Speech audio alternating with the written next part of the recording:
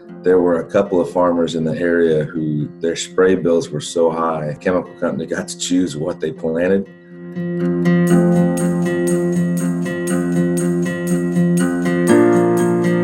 Hello, I'm Ben Allen with Indigo. You're about to hear from Tony Hein of Tony Hein Farms about how he's been able to optimize his inputs and earn additional revenue through grazing as he builds his own path to profitability.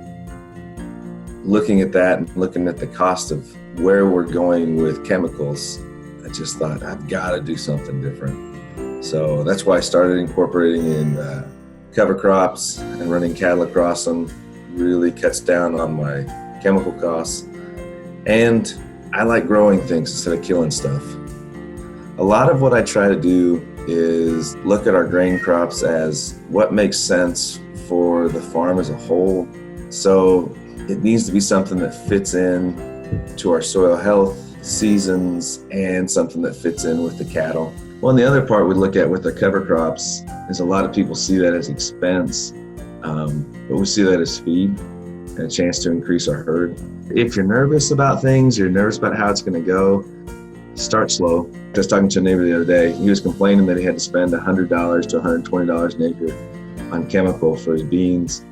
His yield was exactly the same as ours. He spent $120 an acre on spray, and we spent $54. Since we've gone to regenerative and we've gone to a little bit heavier rotation, we've increased our income about $50,000 a year.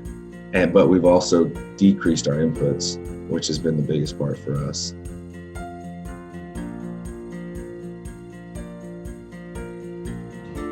Like one of my neighbors down the road, he has never been a cover crop guy. It seems like every time I talk to him, he's complaining about how much he spends on spray and how much he spends on his crop. His break-even point on beans, he told me, was 33 bushel an acre, which is kind of his average.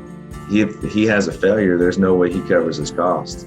When we figure it up, our break-even point, about 21 bushel an acre, is a full 12 bushel an acre lower than his. Our input is so much lower. My kids are interested in it. My 5-year-old can tell you how daddy's trying to make the soil better, and I get to spend a lot more time with my kids doing stuff. I just love every second of what I do. When it makes money and it helps the cause of the family moving forward, it just makes sense. So, Thanks, Tony, for sharing your experience with us. Now let's take a closer look at how the economics are playing out on Tony's farm. Compared with a conventional P&L for soybeans in Kansas, you can see Tony's revenue is higher, and that's partly because of the additional grazing revenue he's mentioned. On the cost side, he's also saving on tillage, fertilizer, and herbicide costs. And despite spending more on cover crop seeds and non-tillage pre-harvest machinery, his farm is still generating an additional $67 per acre compared to the local conventional equivalent. Join one of our upcoming webinars to engage fellow growers with your questions. Sign up with this link.